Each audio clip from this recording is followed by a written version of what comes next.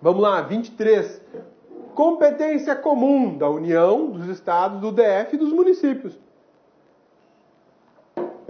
Pode marcar aí, competência comum, marco comum. Ou seja, aquilo que compete à União, aos Estados, aos municípios e ao Distrito Federal. Vamos dar uma olhadinha no que é que compete.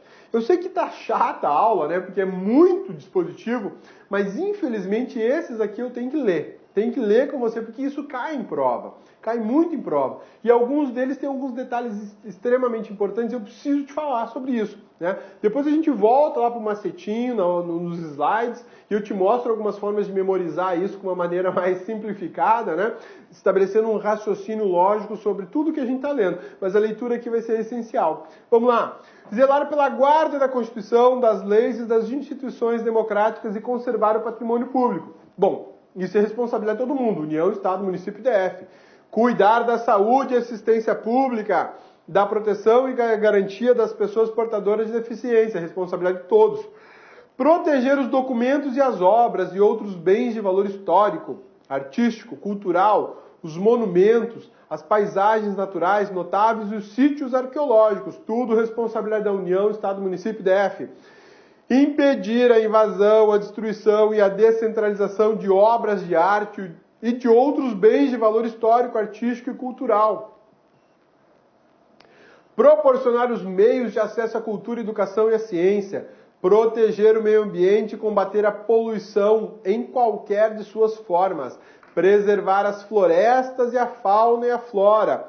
Fomentar a produção agropecuária e organizar o estabelecimento e organizar o abastecimento alimentar.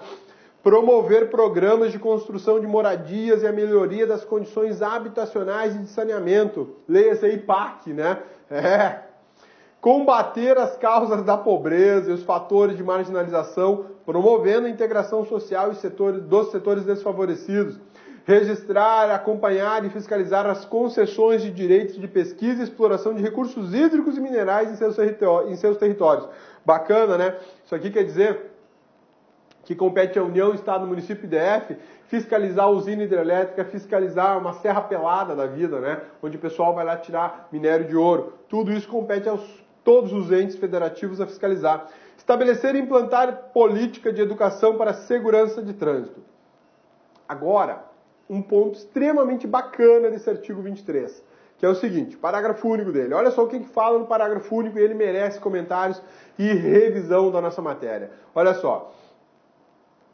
Leis complementares, pode já grifar esse complementares aí, fixarão normas de cooperação, grifa aí o cooperação, entre a União, Estados, DF e os municípios, tendo em vista o equilíbrio do desenvolvimento do bem-estar em âmbito nacional. Bacana isso aqui. Redação da emenda 53 de 2006. Tá lembrado quando a gente fez a nossa aula de artigo 1º, princípio federativo, e a gente falou das classificações de federações?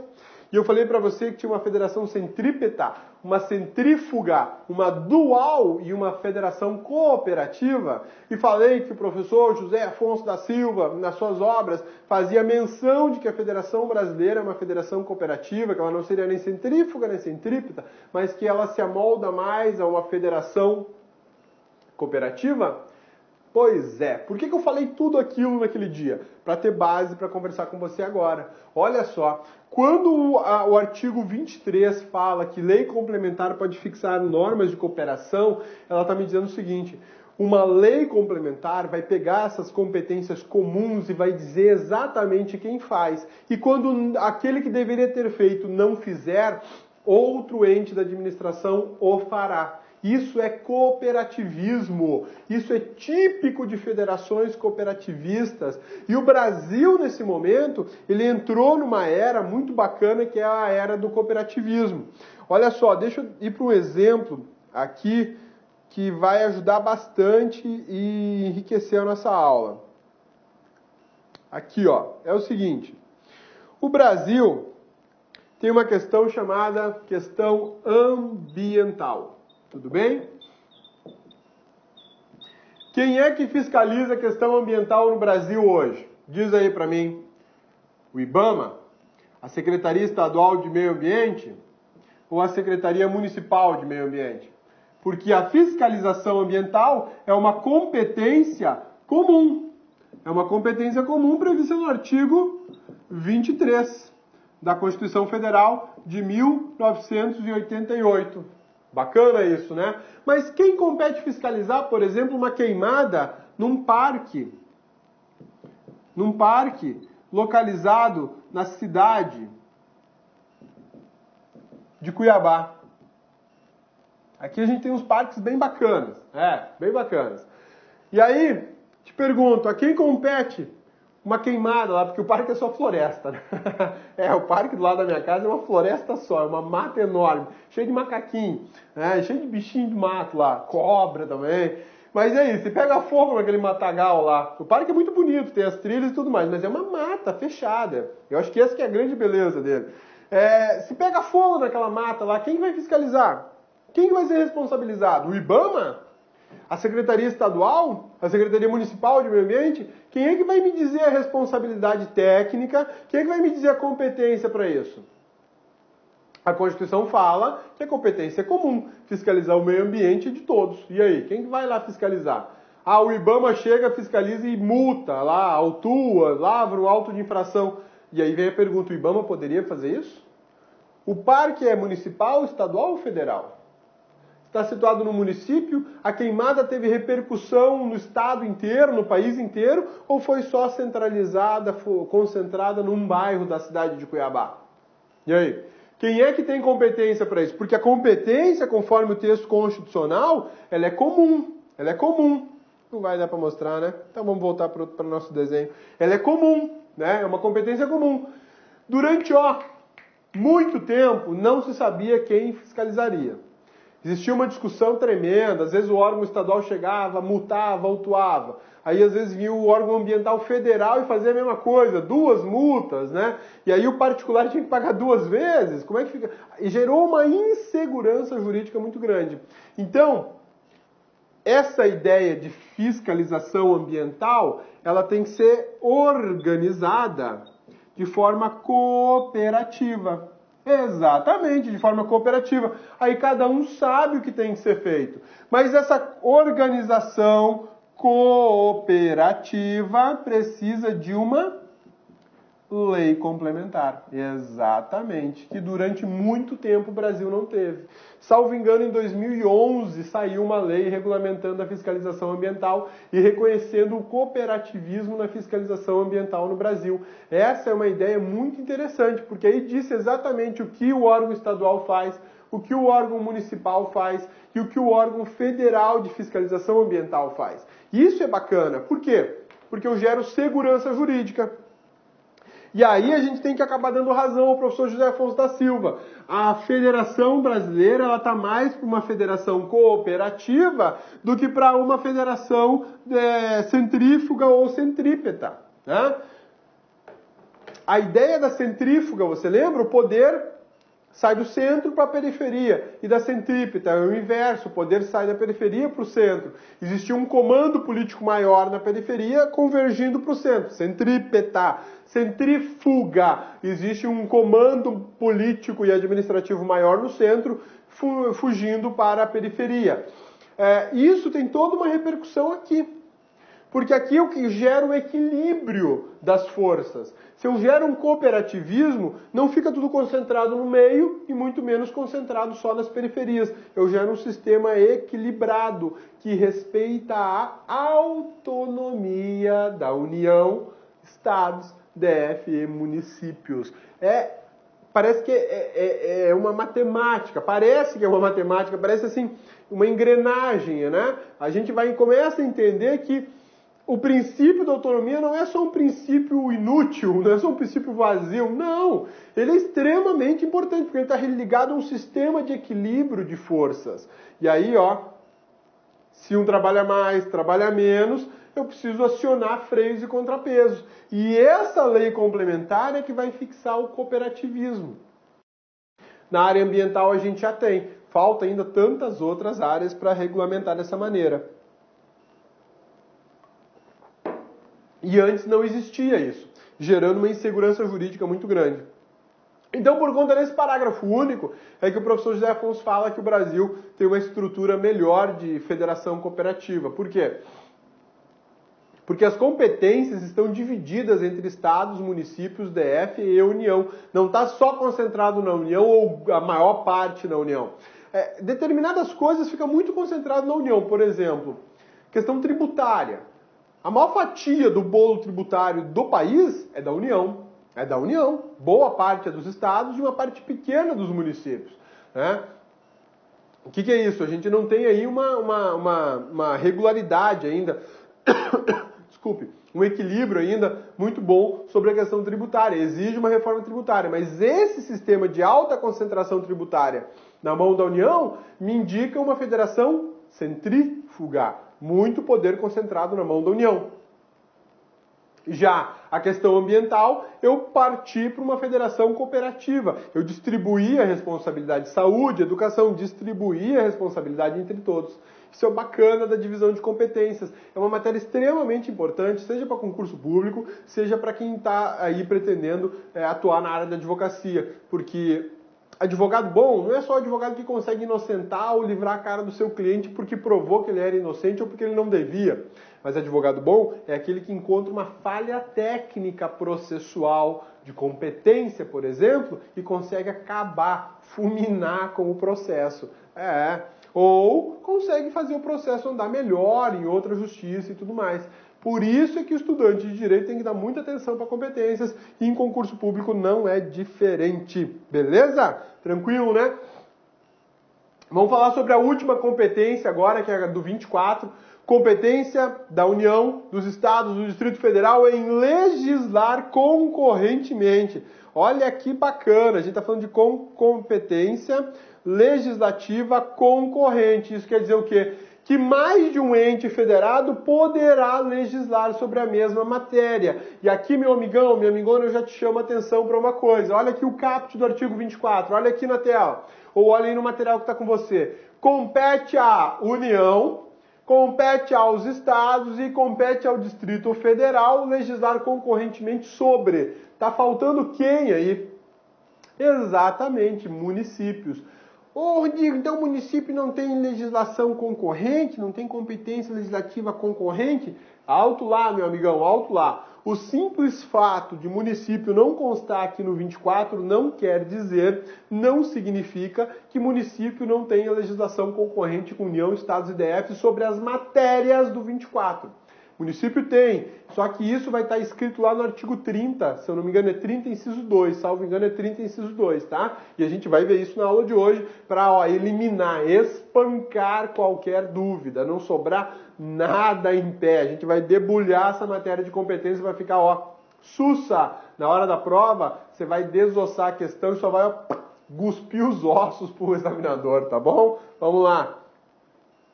Compete à União, Estados e Municípios legislar concorrentemente sobre direito tributário, financeiro, penitenciário, econômico e urbanístico, orçamento, juntas comerciais, custas dos serviços forenses, produção e consumo, florestas, caça, pesca, fauna, conservação da natureza, defesa do solo, dos recursos naturais, proteção ao meio ambiente e controle da poluição, proteção ao patrimônio histórico, cultural, artístico, turístico e paisagístico. Isso aqui era uma competência comum lá, de proteger, fiscalizar, tá lembrado, né? Responsabilidade por dano ao meio ambiente, ao consumidor, ao bens e direitos de valor artístico, estético, histórico, turístico, paisagístico. Educação, cultura, ensino e desporto. Criação, funcionamento e processo dos juizados de pequenas causas. Esses juizados de pequenas causas, hoje eles se chamam de juizados especiais, tá? Não existe mais essa figura, juizado de pequenas causas. Não existe causa pequena, tá? Elas são especiais. Procedimentos em matéria processual, providência social, proteção, defesa da saúde. Olha que bacana. Aqui, lembra quando eu falei para vocês da Seguridade Social? Que compete à União legislar sobre a Seguridade Social? Estava lá, no 22, compete à União legislar sobre a Seguridade Social. Agora, a legislação concorrente que compete à União, Estados, DF, sobre previdência social, que é uma das vertentes da Seguridade. Lembra disso, fica esperto, não dá essa bobeira, hein? Assistência jurídica e defensoria pública. Lembrando que defensoria pública aqui do DF fica com a União também, né? Proteção e integração social das pessoas portadoras de deficiência, proteção da infância e juventude, organização, garantias, direitos e deveres das polícias civis. Beleza. Aí, aqui no 24, a gente tem um mecanismo que explica como funciona essa legislação concorrente. Isso é muito bacana, isso é muito bacana. O parágrafo 1º, 2º, 3º e o 4º vão explicar para nós como é que funciona essa matéria de legislação concorrente. Porque você já pensou, se todo mundo legislar sobre a mesma coisa da mesma forma, vai virar uma bagunça. A União vai lá e fala que determinado tributo pode incidir. Aí o Estado fala, não, esse tributo não incide no Estado, só se for lá na Casa do Chapéu, aqui não. E o município fala, não, aqui incide 5 vezes o valor dele. Fica muito complicado, mas demais.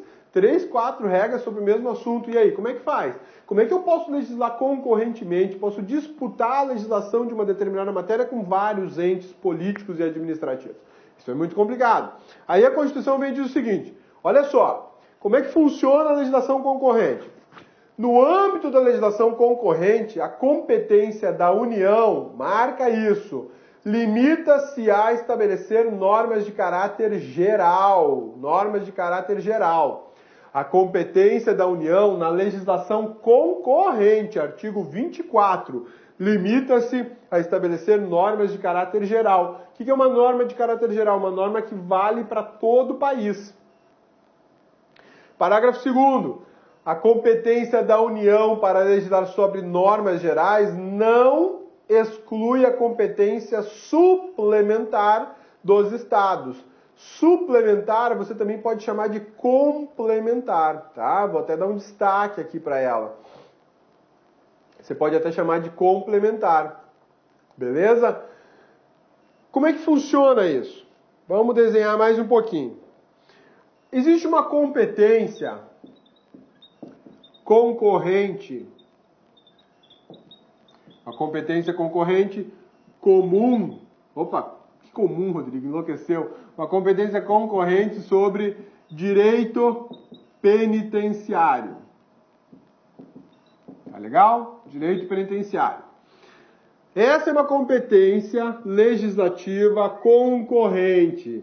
União, Estados e DF podem legislar sobre direito penitenciário. Então aí a União faz uma norma dizendo o seguinte, essa norma da União diz assim, olha, todo preso tem direito ao banho de sol diário, né? Olha que coisa linda, né? Ó, vou fazer até o rostinho do sol aqui, olha que fofo, né? Parece coisa de criança. Onde o que foi? É que hoje eu fiquei com a minha filhinha a manhã inteira, tá? E aí tem que fazer essas coisas para divertir a gurizada. Aí, a União tem a competência para legislar sobre direito penitenciário. E ela falou o seguinte, olha, o preso tem direito ao banho de sol. Tá sussa, tá tranquilo. A União pode falar isso? Pode. Pode. Todo preso no Brasil tem direito a tomar banho de sol. O sol é essencial.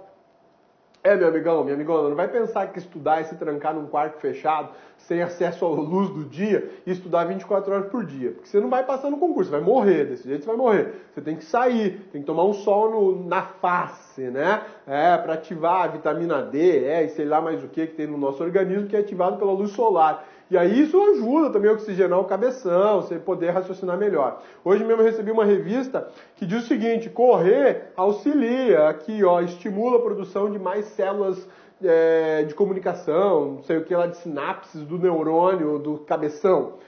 Ou seja, vai fazer exercício também, cara, não fica só trancado estudando, tem que se exercitar, arejar o cabeção. Com o preso não é diferente, o cara tá preso, ele não tá trancado num túmbalo, como diz um sobrinho meu. Ah, ele tá no túmbalo, tio? Não, ele não tá no túmbalo, ele tá no túmulo, né? Então é o seguinte, o preso não vai ficar trancafiado numa jaula, num túmulo, sem tomar banho de sol, ele tem direito. Tá bom, tá tudo certo. Mas e aí, a União pode falar que o preso vai tomar banho de sol das 12 horas até as 14 horas em todo o país? A União pode estabelecer esse horário 12 horas às 14 horas? Ô, Rodrigo, pode, uai. 12 horas no país inteiro. Pode sim, isso é regra geral, interesse geral. Preso tem que tomar banho de sol, né? Faz bem pra saúde, beleza? Às 12 horas. Cara, se você mora em São Paulo, Curitiba, meio-dia, é um sol show de bola. Tá aquele friozinho danado, você vai lá, você quer almoçar lá fora da tua casa para pegar um solzinho e poder esquentar, de tão frio que é, né? Em Urubici, Santa Catarina, que é frio pra caramba, né? Até neva lá. Meio-dia no inverno é tudo que a gurizada de Urubici quer. Agora aqui em Cuiabá, amigo, meio-dia... até o asfalto amolece aqui meio-dia, de tão quente que é, de tanto sol que tem. Colocar o preso das 12 às 14 tomando banho de sol aqui em Cuiabá é matar o cara. Vai desenvolver um câncer de pele, queima a pele dele, vai matar o cidadão. Em pouquíssimo tempo ele está meio morto lá. Com insolação, vai adoecer. Então a União pode dizer que o preso tem direito ao banho de sol diário. Tá certo, beleza. Mas o horário não. Por quê? Porque o Brasil é muito grande e meio-dia sol de Cuiabá não é o mesmo sol aí de São Paulo, não é o mesmo sol de Curitiba, não é o mesmo sol lá de Natal, por exemplo. Não é, não rola. A temperatura é outra, a incidência solar é outra, o calor é outro. Então isso aqui é peculiar de cada região do país ou até de cada estado e compete, portanto, aos estados e ao DF... aos estados e ao DF definir o horário do banho de sol do preso. Por quê? Porque isso aqui é uma matéria peculiar. É uma matéria suplementar. Embora todos eles possam falar sobre direito penitenciário, sobre cumprimento de pena e o banho de sol, não dá para se estabelecer o horário para todo mundo igual. Eu vou estabelecer aí o horário mais adequado à dignidade humana, mais adequado à incidência solar. Não rola. Ou então eu coloco o banho de sol aqui em Cuiabá, é bacana tomar banho de sol, sabe que horas? Das 6h30 da manhã até as 8, estourando. Por quê? Porque é o sol mais gostoso que tem aqui na cidade. Vai fazer isso lá em Curitiba, às 6h30 da manhã, colocar o preso para tomar banho de sol. Vai congelar no inverno, né? Então, são situações peculiares. O Brasil é um país muito grande. Daí vem o mecanismo do artigo 24, estabelecendo que compete à União as regras de interesse geral. O que é interesse geral? Aquilo que interessa de forma igual para o país inteiro. Por exemplo, banho de sol do preso. Todo preso no Brasil tem direito ao banho de sol. Tá tranquilo isso. Agora o horário. O horário não. O horário não é de interesse geral. O horário num estado vai ser um e no outro estado vai ser outro. De repente numa cidade vai ser um e numa outra cidade vai ser outro. Por que isso? Porque isso já não é interesse geral, isso é interesse regional. E aos municípios resta aí o interesse local.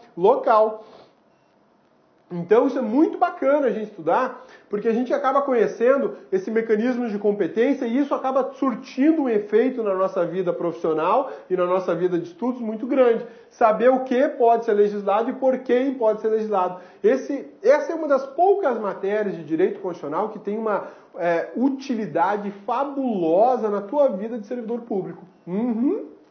Por quê? Porque você só vai trabalhar com competência o tempo todo. E determinadas competências não são tuas, são do outro, de outro órgão, de outro estado, de outra cidade, por aí vai. Daí a importância de conhecer as competências.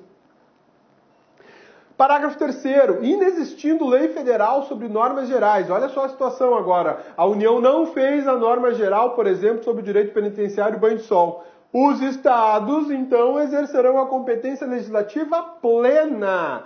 Então, olha que bacana. Não tenho lei federal. Não tenho lei federal sobre normas gerais. Não tem. Nessas circunstâncias, os estados poderão exercer a competência legislativa plena para atender às suas peculiaridades. Peculiaridades, ou seja, aquilo que interessa ao Estado precisa estar regulamentado por lei, mas a lei federal não saiu. Então eu faço uma lei estadual. Pronto, faço uma lei estadual. Há muito tempo atrás, não existia uma lei regulamentando os juizados especiais. Não existia uma lei. Cada estado tinha a sua regulamentando como bem entendia. O estado de Mato Grosso tinha a sua regulamentando os juizados, na época, muito tempo atrás, chamado de pequenas causas.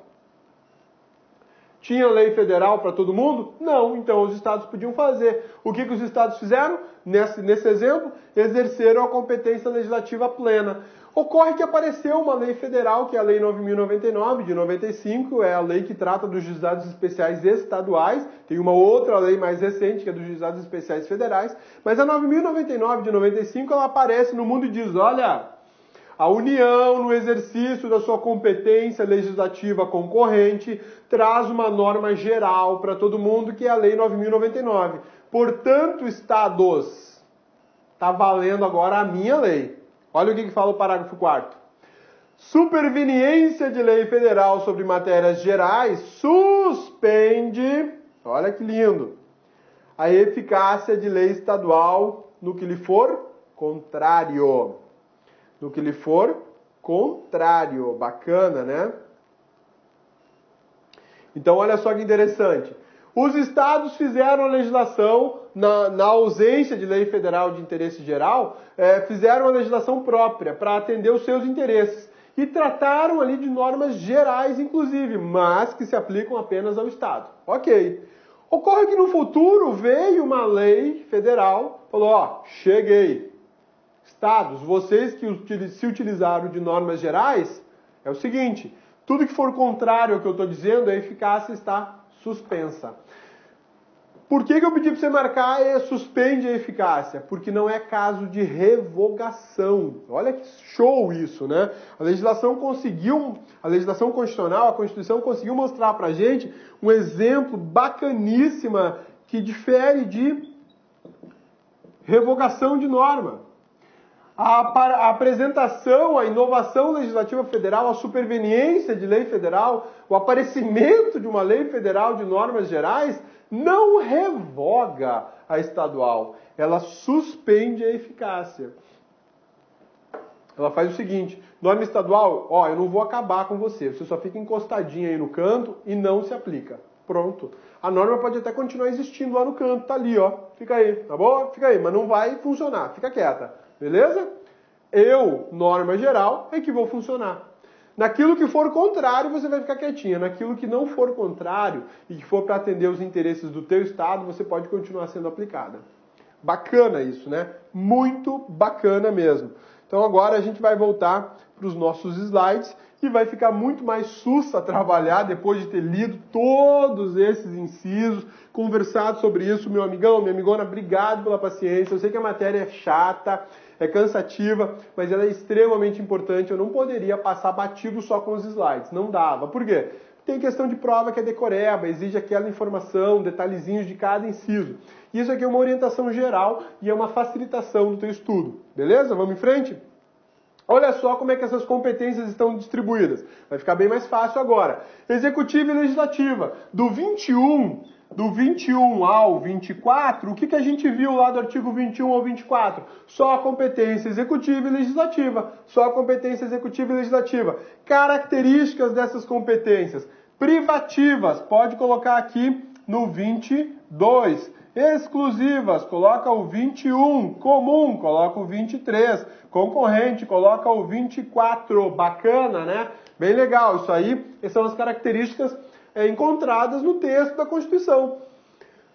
Você, meu amigão do LAC, minha amigona do LAC, está lendo a doutrina, ou melhor, você está lendo o texto da Constituição, o que centenas de milhares de concurseiros também estão fazendo, lendo o texto da Constituição.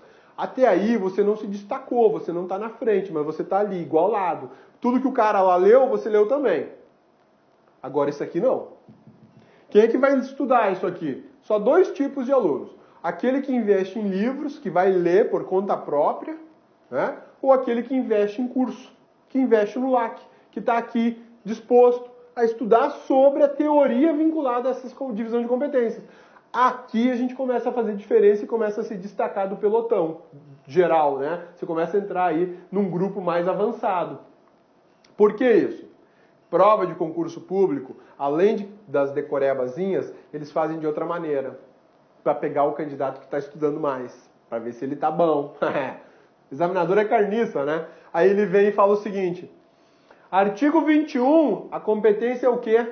Aí te dá uma alternativa lá, privativa, exclusiva, comum, concorrente.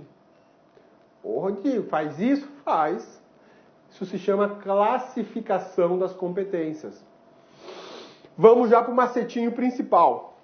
O primeiro deles. Aqui em cima, ó. Quando é que eu sei que uma competência é executiva e uma competência é legislativa? O legislador foi bacana. E aí ele fez o seguinte. 21 e 23, 22 e 24. 21, o artigo 21 e o 23, números ímpares. 21 e 23, números ímpares. Competência executiva, de executar, de administrar. É aquela que o dispositivo começa com o verbo. Você achou que o cabeção aqui é besta, que ele estava falando daquele verbo à toa, né? Tipo, vou dar aula de português aqui. Negativo. Na prova, examinador carniceiro, urubu, o que ele faz? Ele destaca um texto da Constituição lá do artigo 21 que diz assim, declarar guerra. Esse tá fácil. Quem vai declarar guerra só pode ser a União, né? Mas está o verbo no meio. Ali, ó, no início, declarar. Pronto, fechou. Já sei que a competência é executiva, tem verbo no meio. Já risco todas as alternativas que tem competência legislativa. É duro, né? A gente tem que mastigar, raciocinar e fazer um macete. Por que isso? Porque é muita matéria. Então, fica esperto. Apareceu o verbo de cara. Emitir moeda, fiscalizar recursos financeiros no país, o câmbio, o seguro e essa coisa toda. Executiva. Falou verbo, executiva. E executiva do 21 ao 24 só tem número ímpar, 21 e 23. 21 e 23. Agora, legislativa, 22 e 24. Competência legislativa, 22 e 24. Então, meu amigão, pega esse slide que você tem aí e faz assim, ó. 21, 23 e no legislativa, 22, 24. Como é que cai em prova isso? Desse jeito que eu te falei. O examinador coloca o texto e te pergunta, isso é competência executiva ou competência legislativa? E o cara que está de mal com a vida, ele é um baita de um carniceiro, mal-humorado e triste, ele vai fazer assim, ó. É executiva comum, é executiva exclusiva, é executiva privativa ou executiva concorrente? Olha que sacanagem. Aí é muita sacanagem, né? Executiva só tem dois tipos. Executiva só tem dois tipos. A executiva privativa e a comum. Os dois números ímpares. Legal, né? Isso é macetinho. Isso é macetinho. Ô, Rodrigo, de onde é que você tirou isso? De tanto estudar, né? Porque isso é uma matéria muito chata, pô. Como é que eu vou decorar todos aqueles números, aqueles artigos lá? Não rola, não rola. O cabeção é grande, mas eu não consigo gravar. A não ser que eu leia umas 5.982.000 vezes de altíssima concentração, tipo budista, assim, de tão concentrado. E quem sabe, talvez eu consiga gravar tudo, né? Então, o que eu fiz? Comecei a identificar algumas coisas comuns. Opa, peraí, vou me safar dessas questões pela classificação. Isso não é, obviamente, não é obra minha, né? Eu já tinha lido algumas coisinhas em alguns livros que iam dando as dicas. Até que um dia eu falei, pô, dá para organizar um macetinho legal aí, né? E depois de um tempo, estudando mais, eu acabei fechando essa ideia. Falei, não, vai ter que ser no macete isso aqui, vai ter que ser desse jeito. Competência executiva, portanto, só nos números ímpares, 21 e 23. Fechou?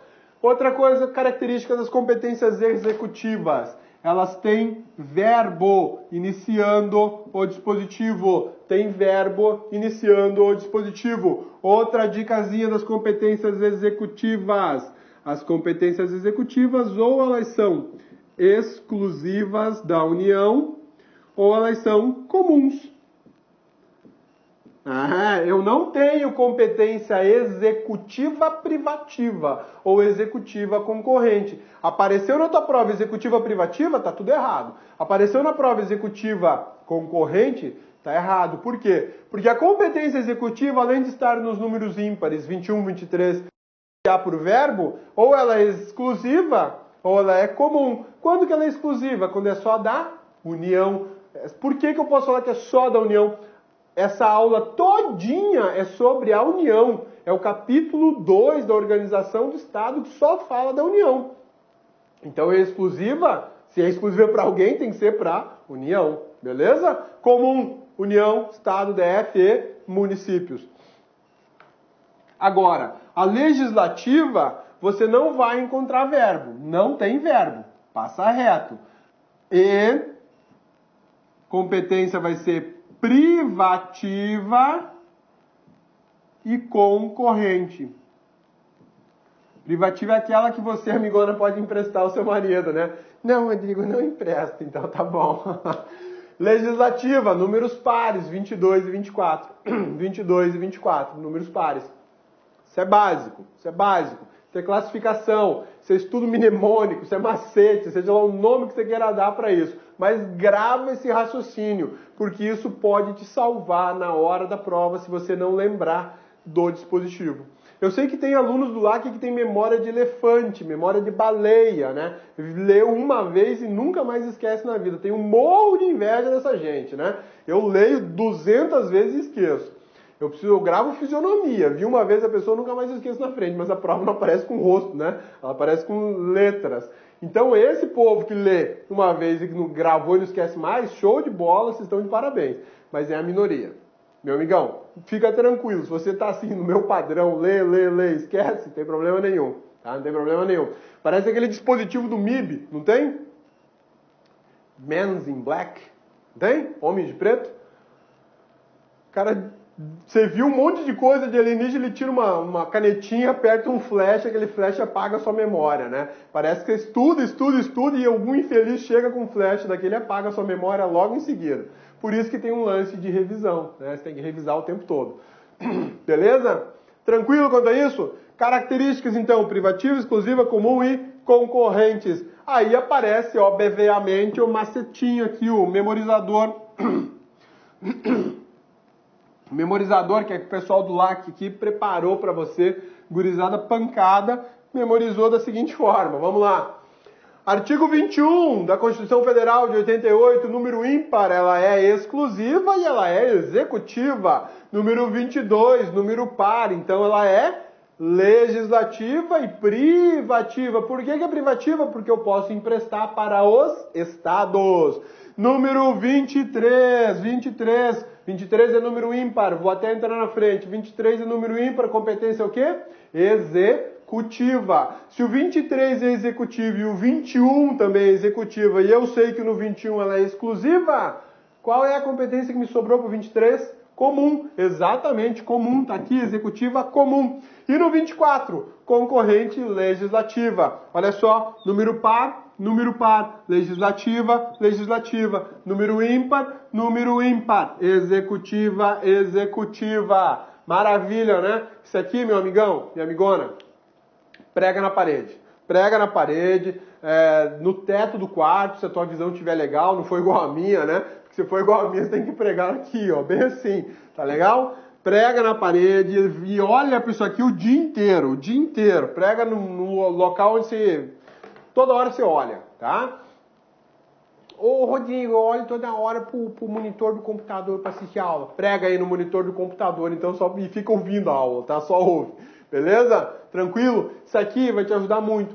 Depois de ter visto tudo aquilo lá, essa classificação virou coisa de criança, ficou baba, não ficou? Ficou. Mas olha só que coisa doentia, né? Na faculdade de Direito, a gurizada passa lá anos estudando e sai sem saber essa classificação. Você bota fé? A grande maioria sai sem saber essa classificação e sem saber organizar isso aqui. Por quê? Porque acham que isso aqui é difícil. Só é difícil se você não leu lá o 21 ou 20 até o 24. Aí fica difícil, né? União.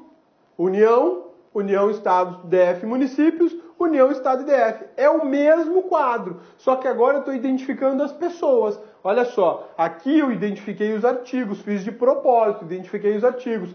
É o mesmo memorizador. Agora não, agora em vez de colocar os artigos, eu coloquei quem? O nome das pessoas que estão se dando bem. Olha só, na parte superior só tem a união. E aqui, exclusiva, privativa, união, união. Aqui embaixo, concorrente legislativa, União, Estados e DF. Comum, União, Estados, DF e municípios, municípios. Fica esperto, fica esperto. A gente vai para um outro gráfico que eu vou explicar ainda a questão da privativa em relação aos estados e da concorrente legislativa em relação aos municípios, beleza? Olha só, esse era o gráfico que eu estava te falando.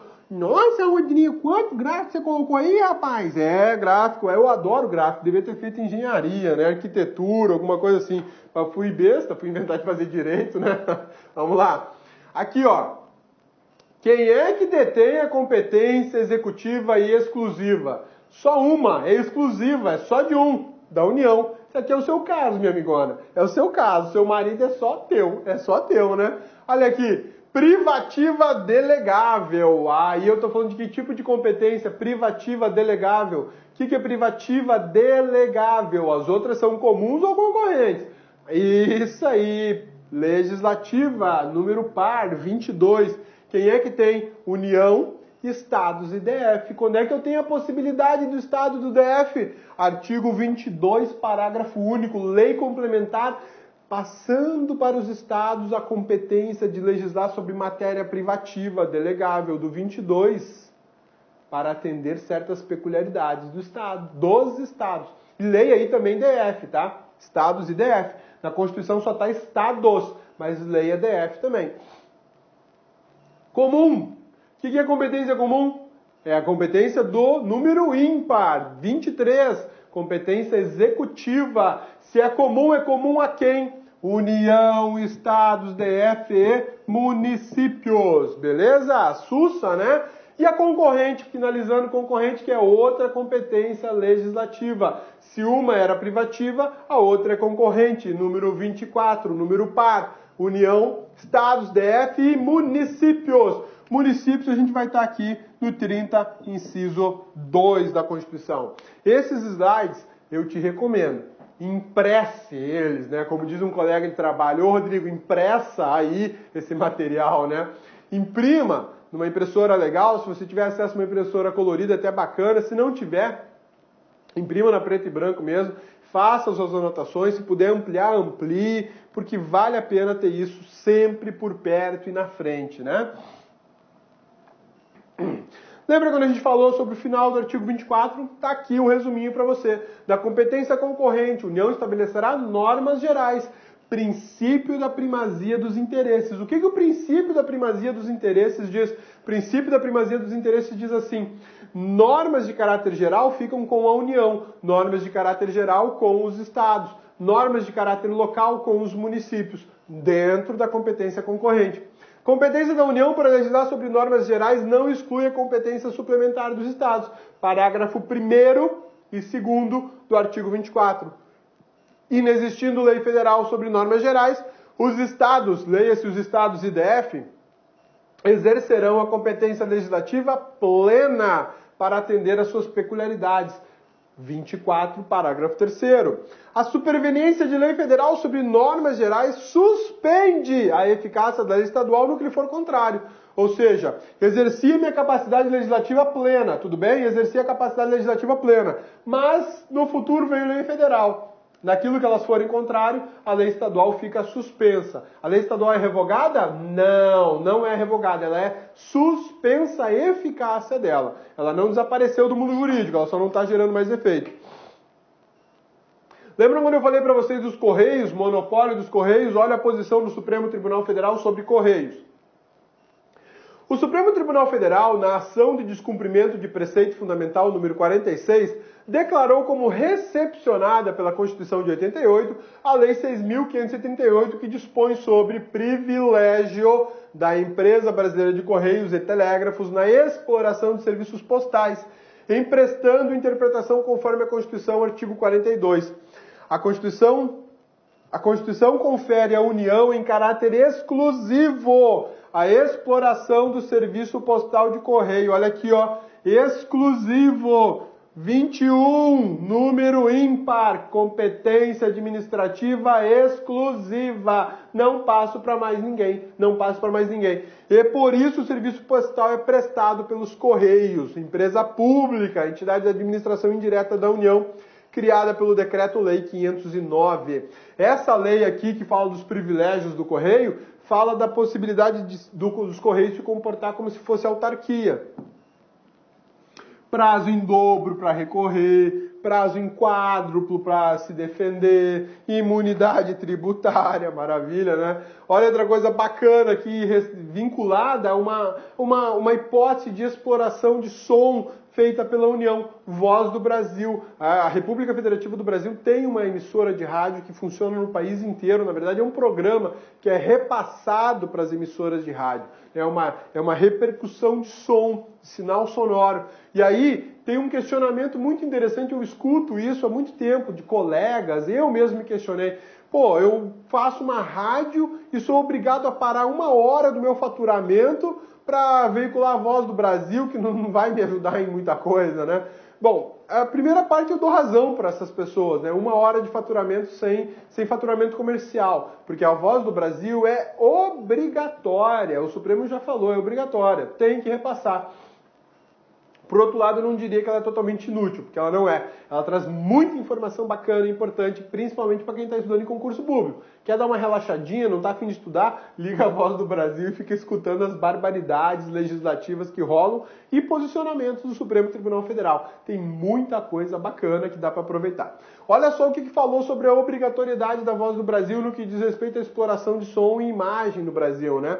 A jurisprudência do STF entende que a Lei 4.117/62 obriga a empresa de radiodifusão a transmitir o programa Voz do Brasil. Foi recepcionada pela Constituição de 88. Então não adianta chorar, dono de rádio vai ter que falar sobre a Voz do Brasil, né? Servidores públicos do DF, olha só, pessoal da segurança pública do DF. Quem é que organiza Polícia Militar e Bombeiros do DF? União. E olha o que fala a súmula do Supremo Tribunal Federal 647. Compete privativamente à União legislar sobre vencimentos dos membros das Polícias Civil e Militar do Distrito Federal. Ou seja, o posicionamento mais do que pacífico do Supremo Tribunal Federal. Beleza? Maravilha! Agora a gente está apto e preparado para resolver questões de prova aí de CESP, ESAF, Fundação Carlos Chagas, o que vier pela frente. Vamos lá?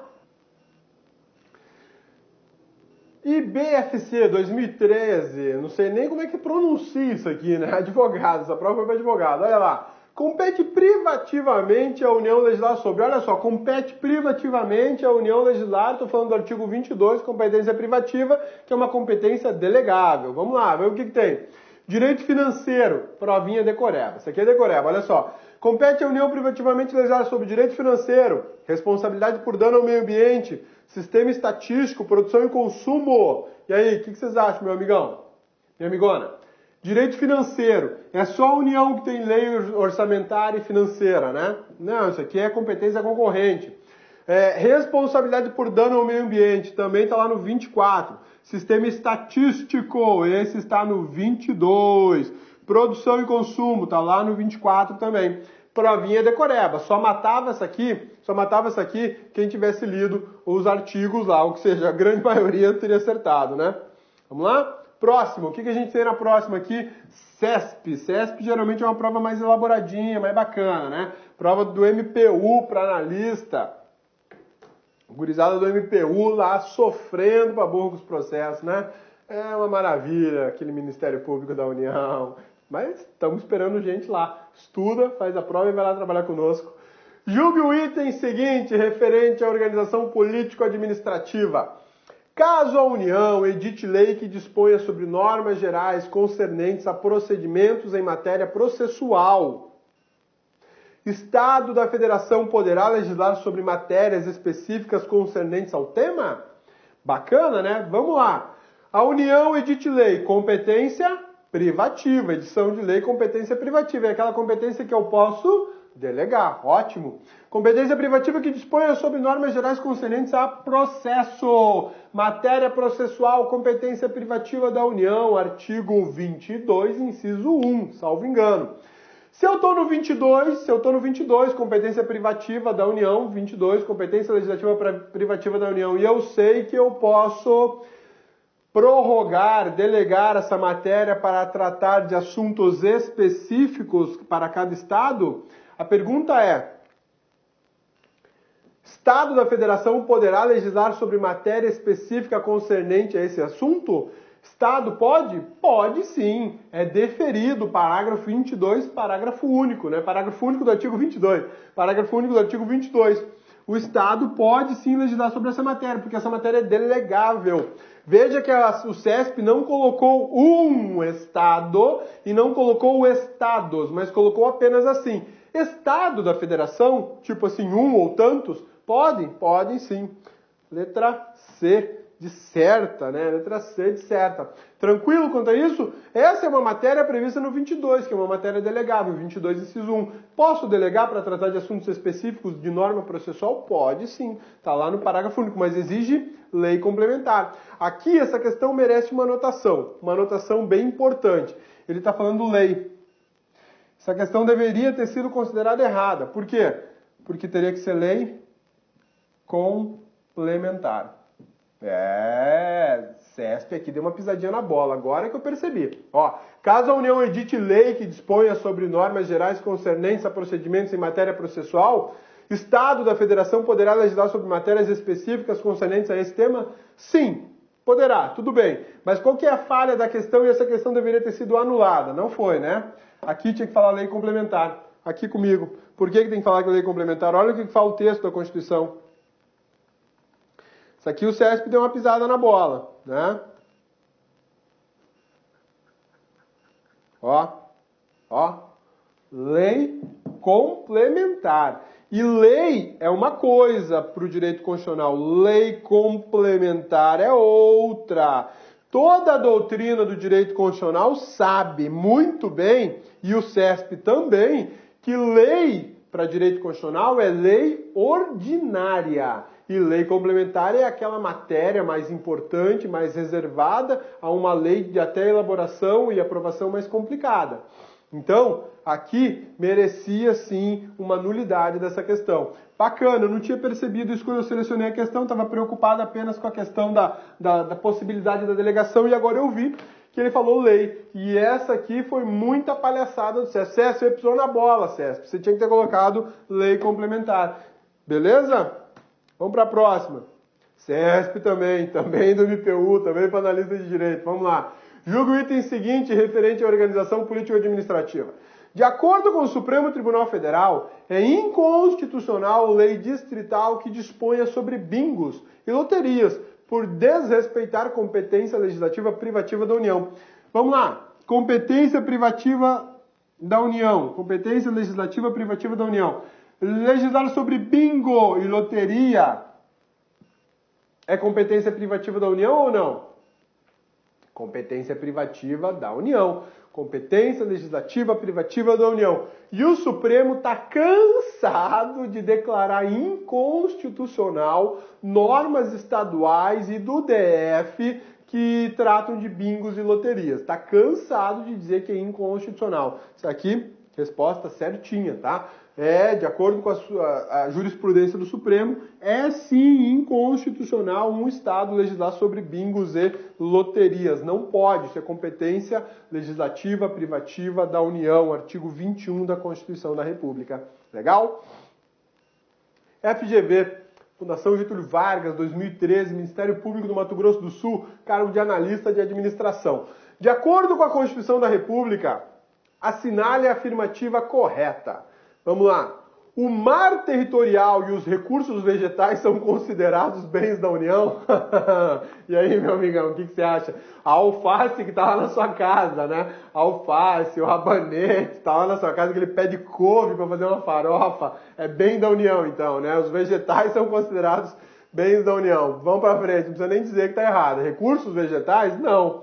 Nem a madeira e nem o pé de alface. O recurso vegetal só é pertencente à União quando dentro do patrimônio da União. Por exemplo, uma floresta nacional. A floresta pertence à União, a madeira que está lá é da União.